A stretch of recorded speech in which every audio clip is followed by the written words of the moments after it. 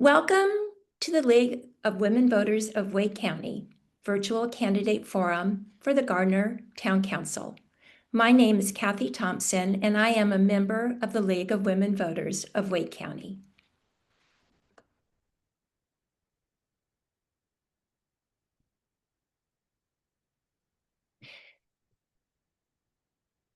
The League of Women Voters of Wake County is a nonpartisan organization dedicated to empowering voters and defending democracy.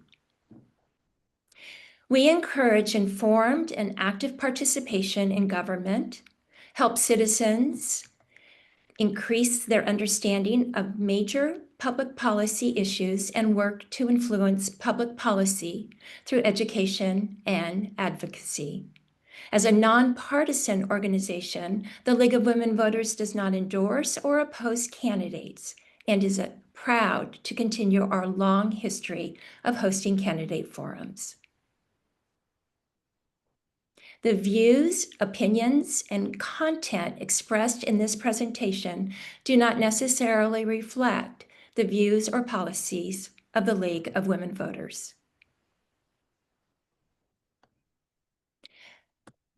Garner currently operates under a council-manager government, whereby the town council is the publicly elected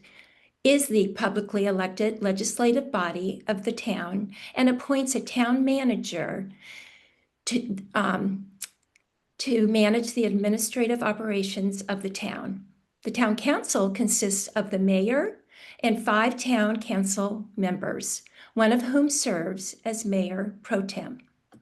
All candidates who filed to run for the Garner Town Council were invited to participate in our candidate forum. Outreach included emails and phone calls, as well as certified letters inviting candidates to respond and provide citizens an opportunity to learn about their views. Thank you to the candidates who are with us today.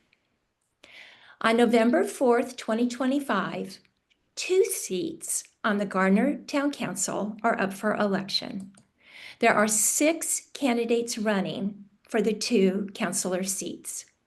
5 of these candidates have agreed to participate in this candidate forum.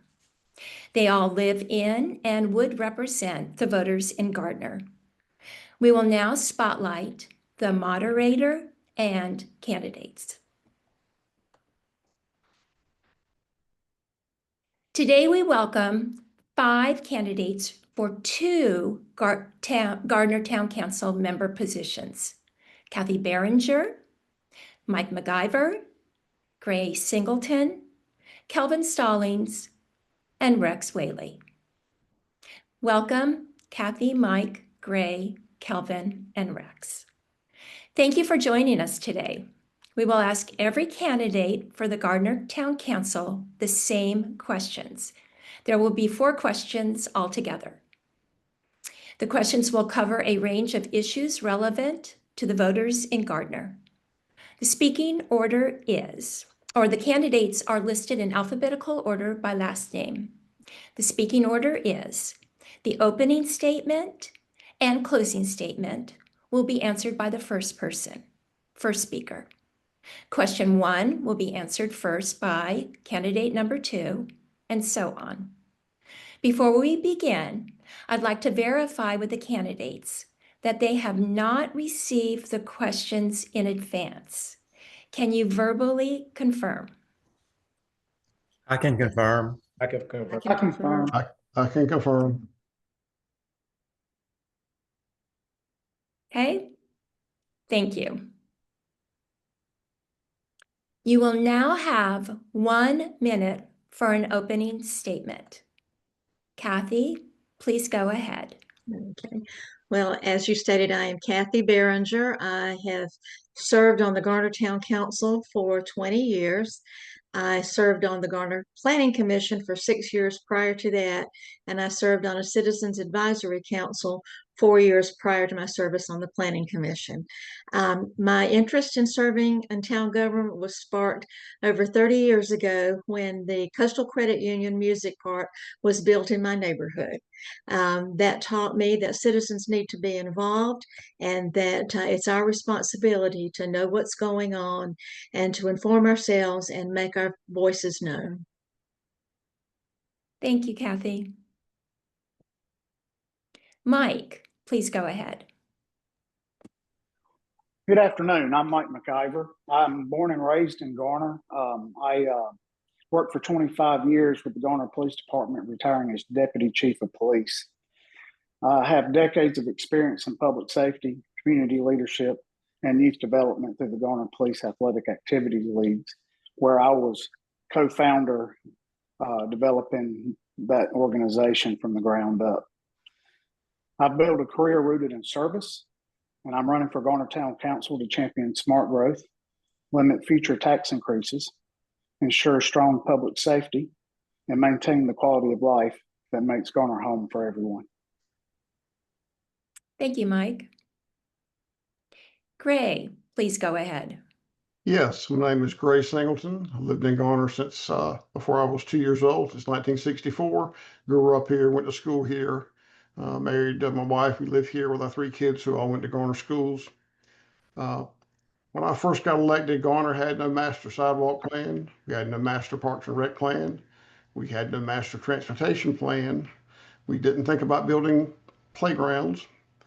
These are 4 things I was very passionate about, and I was much younger than everyone when I was first elected and was able to convince the council through sometimes years that we needed to undertake these endeavors. And I have continued to push sidewalks and parks and amenities.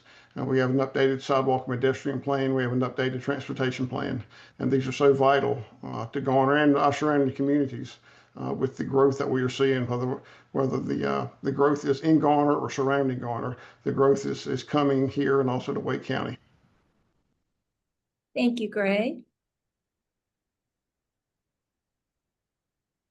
Calvin, please go ahead.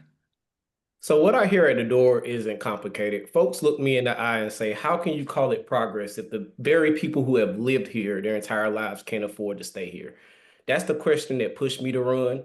If I'm putting roots down here, are the leaders committed to tackling an affordability crisis? Because when I watched the 3-2 vote against hiring a housing director, while Garner is being named one of the fastest growing cities in America, while town staff are touting the budget surplus, it really just didn't sit right with me. And as I hear at the doors, that's not the Garner that people want to see. So my name is Kelvin Stallings. I'm running for Garner Town Council because I believe that leadership is about priorities. And if affordability and accessibility aren't on the top of that list, then we're failing the people who need it the most.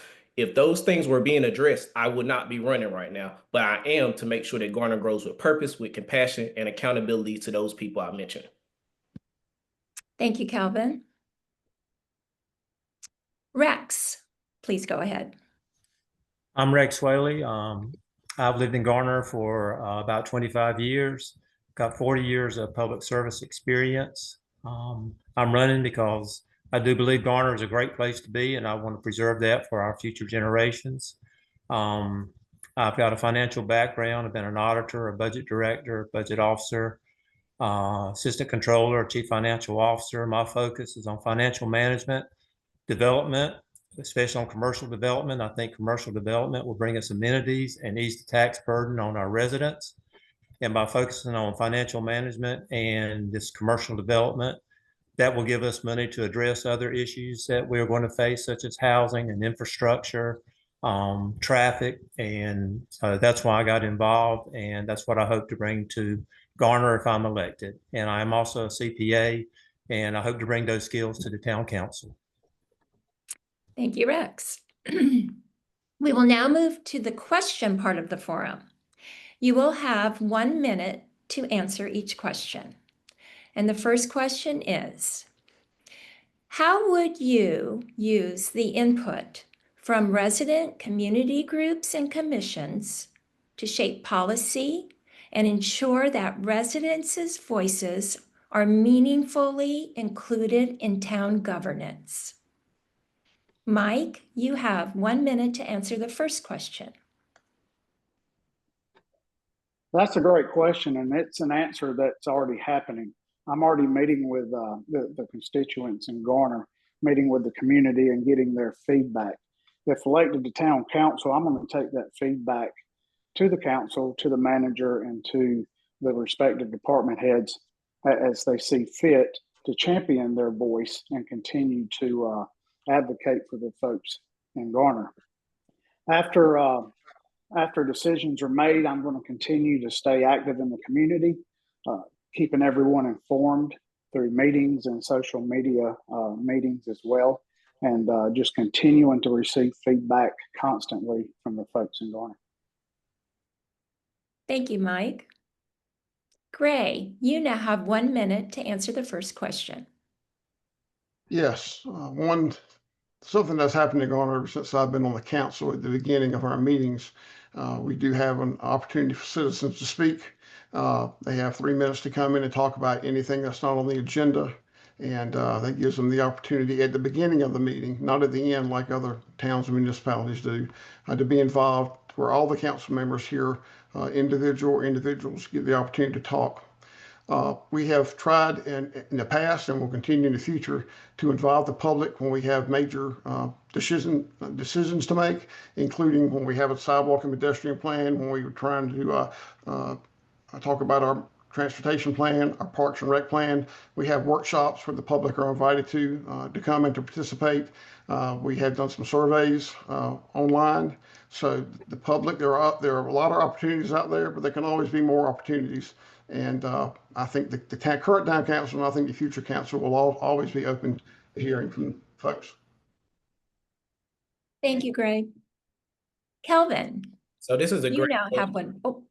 Oh, my bad. This is a great question. I'm running off of accessibility because too often people do feel like the only time that they interface with town government is when there is a problem or navigating a confusing process. So that's why, if elected, I plan on holding rotating town hall office hours, being in the community. I have been at doors talking about how I want to establish neighborhood walk teams to make sure that as I'm there at the forefront talking to folks, if there is an issue, that I can go elevate it to town staff as well too, because I have put my eyes on it. I directly know what's going on.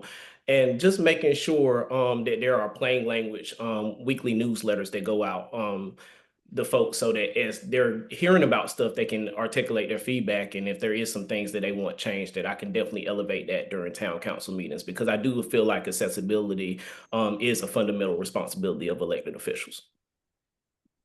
Thank you, Kelvin. Rex, you now have 1 minute to answer the first question. Okay, thank you. This issue is critically important. That's how I got involved with the council and why I decided to run. I've been down to the council numerous times to talk about various issues. So I think it's really important we get residents involved. I think we need to have more opportunities for them to attend council meetings by allowing them to come and speak. The 3 minutes is rather limited. It's hard to get what you have on your mind off in 3 minutes. But I think we should also explore moving council meetings around. Garner is pretty spread out. So we've got a lot of new communities, and we need to be out there meeting those folks and giving them an opportunity to talk. And I think we need to get the youth involved. I know there's an effort now by the council to do that. Maybe reach out to the high schools. And like I said, a lot of times the times and locations for people are not convenient, and we need to work to make a greater variety of times for us to reach out to them. Thank you, Rex. And Kathy, you now have 1 minute to answer the first question.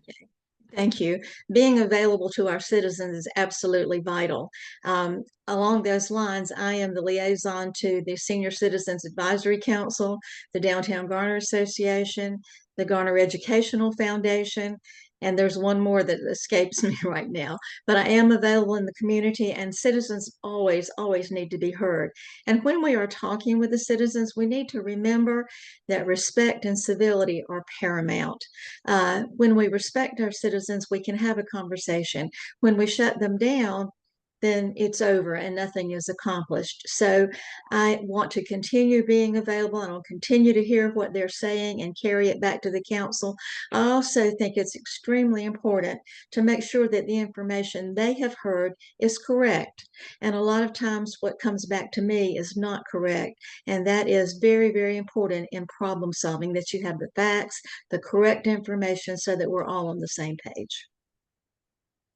Thank you, Kathy. We'll now move on to the second question.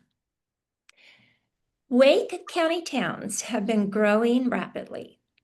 How would you help ensure that housing in Gardner is affordable for working families, seniors, and young people? Gray, you will have 1 minute to answer the second question.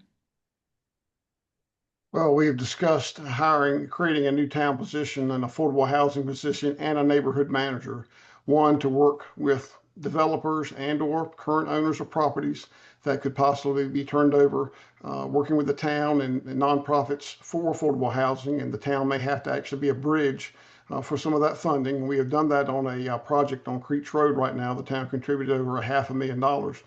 As a neighborhood manager, we need to be able to have someone who can work with people who have been in their homes for many years, but because of increased cost in insurance and in taxes, and they need some home repairs done. This is a program we currently participate in. We have $100,000 budgeted in the existing budget, but we need to do more because people need to be able to stay in their homes. And if we can contribute to getting repairs done to their homes, whether it's $10,000, $20,000 or more, that'll be a big part for keeping citizens in their home and making it as affordable as possible for people who have lived here for many years. Thank you, Gray. Kelvin, you now have 1 minute to answer the second question. Well, definitely. I definitely agree with Councilman Singleton. Hiring an affordable housing director would be critical. But Garner faces a 700 plus unit shortage when it comes to houses making below 60% AMI. Rents have increased by rents have increased by 46%, while home values have went up. That's not sustainable. It's not acceptable. And I want to be very clear, because this has came up a lot in these conversations.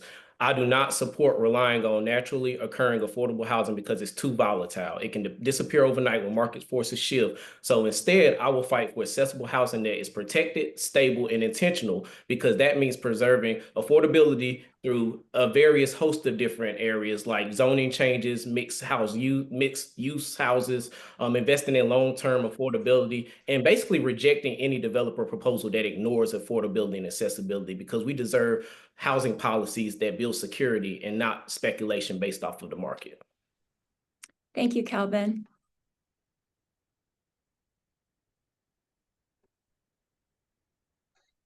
Rex, you now have 1 minute to answer the second question. Yes, this is an important issue, and it's just not here in Garner, it's nationwide. I saw statistics the other day where in the last 50 years, I think the price of a home has gone up almost 1,300%, while incomes have only gone up about a little under 500%. So it's a pressing issue. In Garner, what I want to stress is look for partnerships. Let's first look at what's working in Wake County, what's working in the state, what's working in the nation. Let's pursue programs that we know can work. Do we want to focus on home ownership, home rental?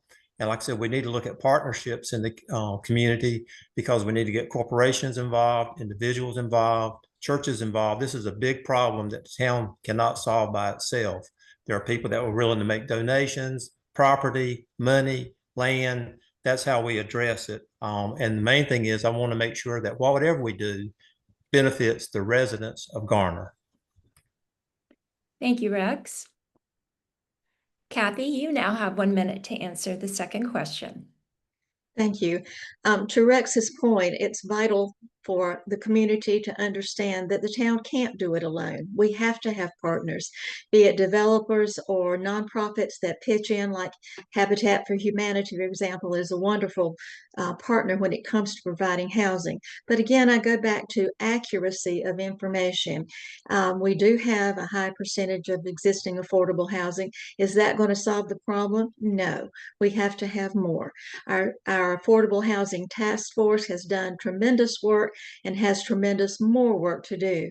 We also believe that we will need to establish a position, as Gray mentioned, for someone, a neighborhood management person, to take care of or oversee the needs there. But I go back again and again to getting the accurate figures before we jump into something so that we don't make a mistake and we don't waste our resources.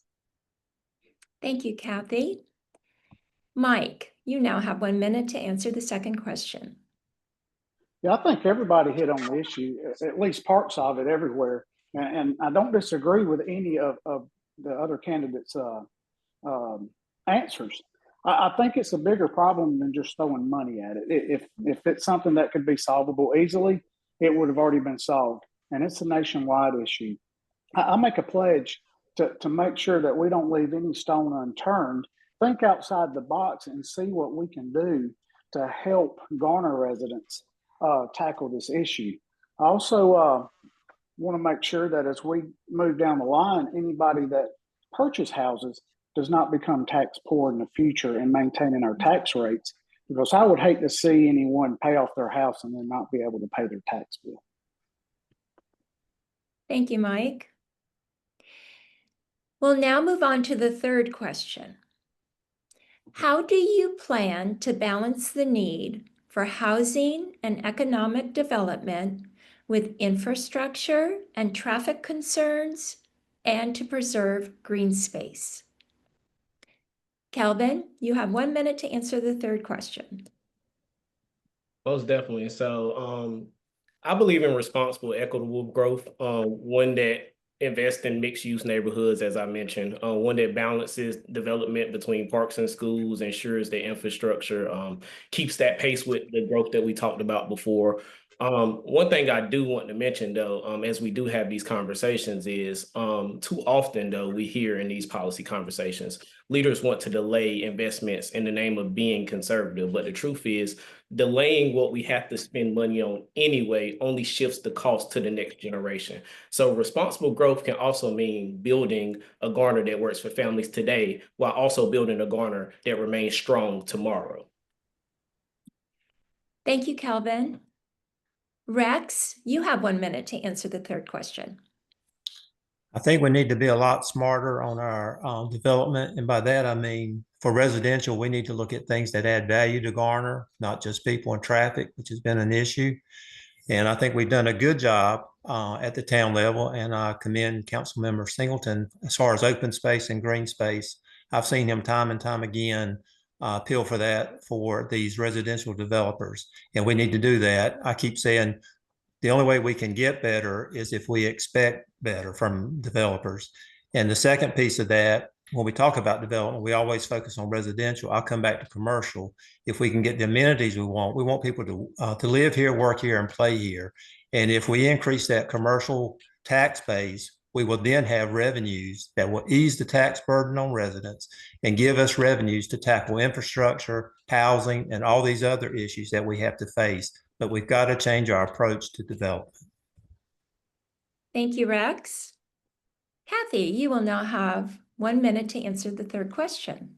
Okay, well, that question has a whole lot of facets to it. Yes, we need to have reasonable, balanced growth. Yes, we need to work with developers and make partnerships. Yes, we need to improve our infrastructure.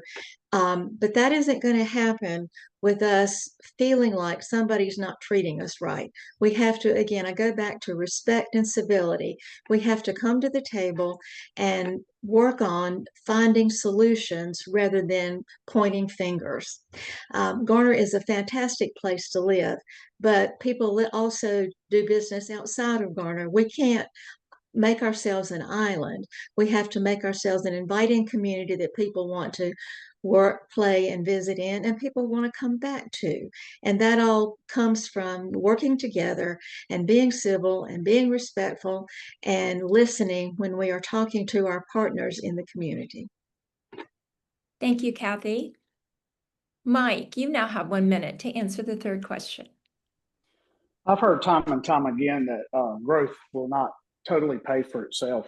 And I just don't believe that 100%. I think we can manage our growth and make sure that we are growing smart and wisely to where we don't put the tax burden on the existing citizens in Garner to go along with the infrastructure. I applaud the town. They've done a great job on implementing green space in all of their projects, the Greenway trails, and I'll continue to support that moving forward because it's a great thing because we can also have a healthy Garner as while we're playing and working and living here. And finally, I think if we continue to do that and move forward in a smart, wise manner, we can also help reduce the tax burden on all citizens as we move forward. Thank you, Mike.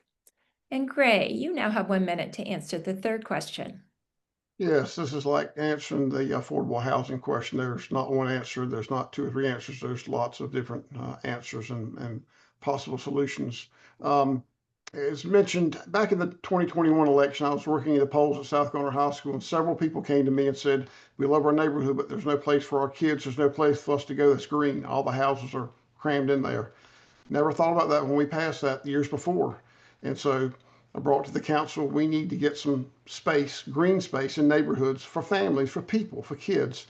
And the council agreed. That's now part of our development process. And that it's an amenity for neighborhoods. Just like when they say we have a pool and a clubhouse, that's an amenity, yes, but that's for 4 months out of the year.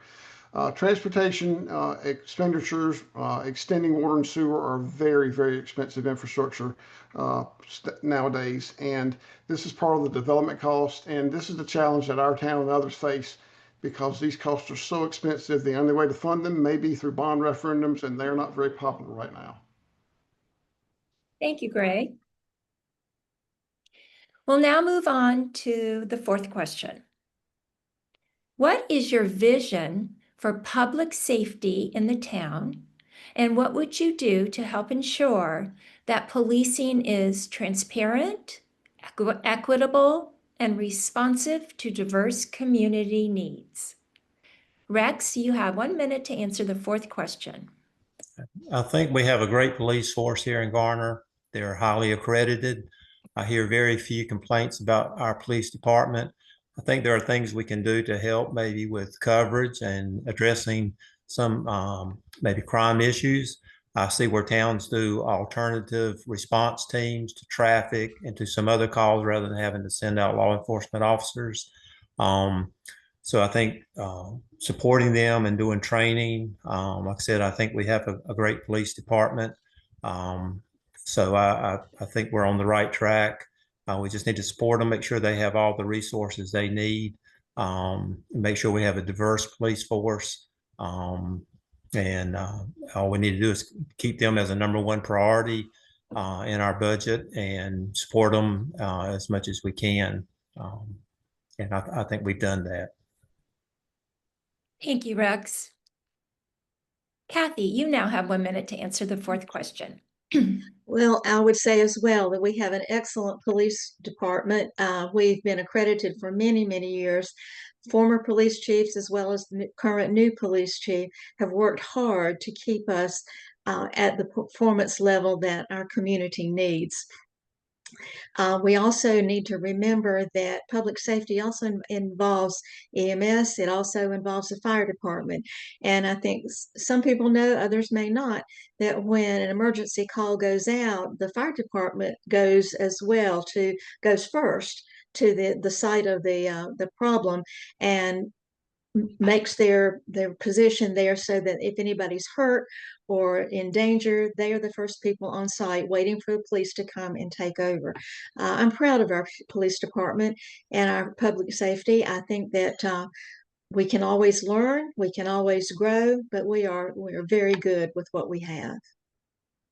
Thank you, Kathy. Mike, you now have 1 minute to answer the fourth question. Okay, I may be a little biased with this answer, being a retired deputy chief in the Garner Police Department, but the police department's been accredited, nationally accredited for over 30 years. And part of that accreditation process is maintaining transparency to the public. We had to put out annual reports, strategic goals, all of our use of force reports to the public every single year, and conduct surveys on satisfaction surveys. In order to continue to move forward with diversity and making sure our public's safe, our police department's also involved in an initiative 30 by 30, which is to have 30% of women police officers by the year 2030. So we're working, they are working hard on that now, and we worked hard on it leading up to that. But recruiting talented and employees that know how to do their job, well qualified, will also help ensure that we maintain a safe environment. Thank you, Mike. Gray, you now have 1 minute to answer the fourth question. Yes, we have outstanding public safety in Garner in our police and our fire and rescue. As Mike mentioned, they've been accredited for over 30 years. I was on the council when we approved and moved forward with the police to move forward with that process to be nationally accredited. I remember probably close to 30 years ago, Garner was one of the first towns, not just in Wake County, but in the Triangle, to have dash cams and have computers in their police cars. Technology is vital to police and fire and rescue also nowadays, but technology is so vital, and by making that commitment to our police department to help make them do their job even better. When body cams came out, we had a policy that got developed. It was talked about, public hearings, public meetings, and of course our police do wear body cams. So it's vital to support the needs with updated equipment, whether that be technology, whether that be the cars they're using, have changed from cars, different style of vehicles. We have to provide the funding to support our public safety because that's what the public expects from us. Thank you, Gray. And Kelvin, you have 1 minute to answer the fourth question. Most definitely. I agree with a lot of what Councilman Singleton said, and what Mr. Whaley has said, keeping public safety at the top of the budget, making sure that they're well supported, because if they're in the line of fire and they're making sure that our streets are safe and people feel safe in Garner, then we need to make sure that they feel supported by town council as well too. We want them to live, work, and play. We know that police officers and just first responders in general are more responsive when they are engaged in the community. They feel supported by community, they live in community. So definitely making sure that they feel supported by town council, making sure that we keep them at the forefront and at the front of our mind when it comes to any budgetary decisions that we're making. Thank you, Kelvin. We will now move to the closing statements. Thank you to all the candidates for participating in our virtual candidate forum. We recognize that running and serving in elected office requires a considerable commitment of time and energy, and often means sacrificing opportunities. The League, along with the residents of Wake County, is grateful that we have so many capable fellow citizens who are willing to step forward to serve the important duties as member of the Garner Town Council. You now will have 1 minute each to make closing statements. Kathy, you have 1 minute for your closing statement. Okay. Well, first of all, I appreciate the opportunity to speak in this forum. That's how you get your platform known, and that's how people get to know you. In the spring of 2024, the League of Municipalities encouraged all municipalities across the state to participate in commitment to civility training. In Garner, we all did that. All six, I guess with the mayor, six members of the council participated in that training and were certified. This past spring, when we had the League conference again, it was sad to see that only 6 or 7 municipalities in the whole state took that challenge seriously. I am proud of our council members for deciding that, yes, it is important to be civil in our interactions and be respectful. And that's a cornerstone of my campaign. You can't have a good conversation with people and try to solve problems if they don't feel respected. So I want to make sure that that's how I treat all of the citizens of Garner when I interact with them. Thank you, Kathy. Mike, you now have 1 minute for your closing statement. So Garner is more than just a place where I live. This is where I was born. My parents lived here. They served here. I've spent my whole life serving in this community. First as a police officer, volunteer coach, and also teach at Wake Tech criminal justice curriculum, and volunteering in many nonprofit organizations. So I'm asking for the opportunity to continue that service on the town council. Together, we can all ensure Garner Grows Smart protects our quality of life by limiting tax increases, supporting first responders, and maintaining a place that we all want to call Garner home. And so where everybody can live, work, and play together. And I mean everybody. Thank you. Thank you, Mike. Gray, you now have 1 minute for your closing statement. Yes, I've been invested in Garner my whole life. I own a home here, own an office here. I've worked my entire adult life inside the corporate limits of the town of Garner, and I volunteer. I'm in my 26th year of doing Meals on Wheels and enjoy that program immensely. We've got a lot of tough issues to face in the coming years. We have an $89 million capital improvement program that has to be funded. And as I mentioned earlier, bonds are not popular right now. Raising taxes is not popular. How are we going to pay for these improvements that we need in our town? Affordable housing is extremely important. Again, there's not one answer, but it's something that we have to address some way, somehow, and it's going to take a lot of citizens' involvement.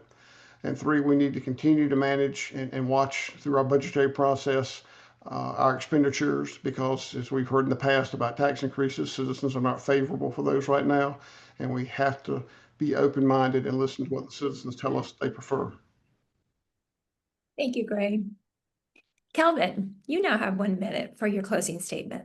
Most definitely. So I want to begin by thanking the League of Women Voters of Wake County for hosting this important forum. And I want to thank my colleagues for participating as well, too, and sharing their vision for the town. But ultimately, the choice is now in the hands of the voters. To everybody watching and listening, do your research. Make sure you ask the tough questions when you see us in your neighborhood. Send us emails if you're curious about where we stand, and hold us accountable to the answers we give you. Because most importantly, at the end of the day, you need to make your voices heard and ask the tough questions. And go out and vote, whether that's early on November 4th, because the future of Garner will not be decided by a few people in the room. It will be decided by all of us together at the ballot box. So thank you all. Thank you, Calvin. And Rex, you now have 1 minute for your closing statement. Hey, I also want to thank the league for putting this event on. I think the more we can get our message out to residents and encourage them to get involved and participate and vote, the better we are. All I can say is to the residents, I promise to work hard. I think I can bring a skill set that's needed on the council and with the town with my experience. I'll focus on public safety, on the commercial development that brings the amenities and the additional tax base that we need to address other issues. You only get one chance at development. And so you need to really, we need to really change the approach that we've been taking. I think we can do better. And when I say that, I mean, I think we can do better in working with developers. It's not just all on them, it's on us too. So, it's a two-way street when we look at that. I look at the last 2 years and ask, what are you wanting for the next 2 years before you get to vote again? So please go out and exercise your right to vote, encourage your friends and relatives to vote. And like I said, I think I can bring a skill set to the town. I'm excited and concerned about our future. Thank you, Rex.